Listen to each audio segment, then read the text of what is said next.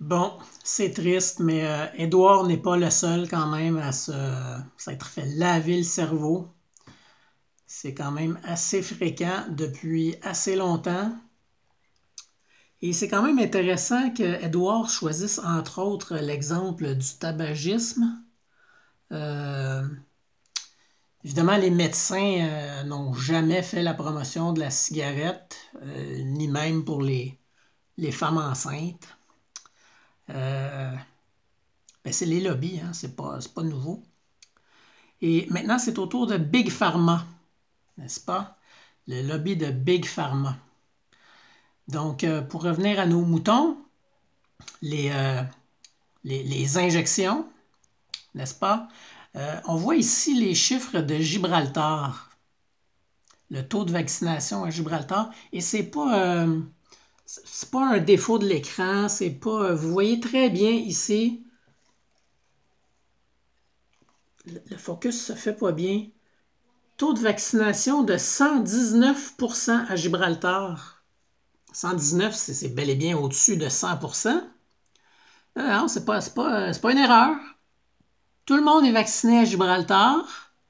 Et il faut être vacciné pour rentrer à Gibraltar. Donc ça peut pas être une erreur que peut-être que c'est quelqu'un de l'extérieur qui n'était pas vacciné, qui est rentré à Gibraltar.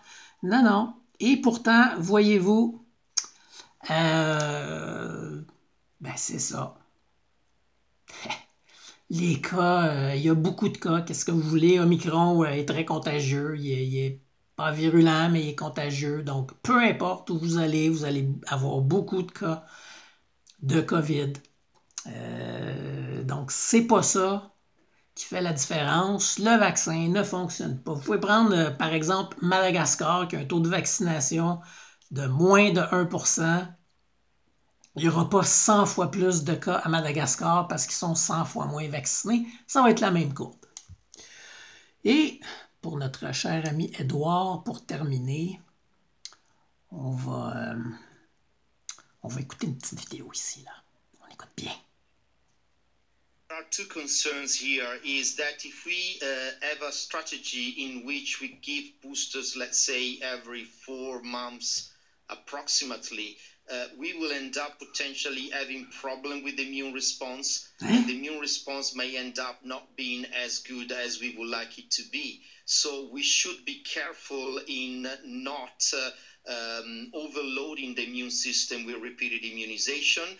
And secondly, of course, there is the risk of fatiguing the population with the continuous administration of boosters. Huh?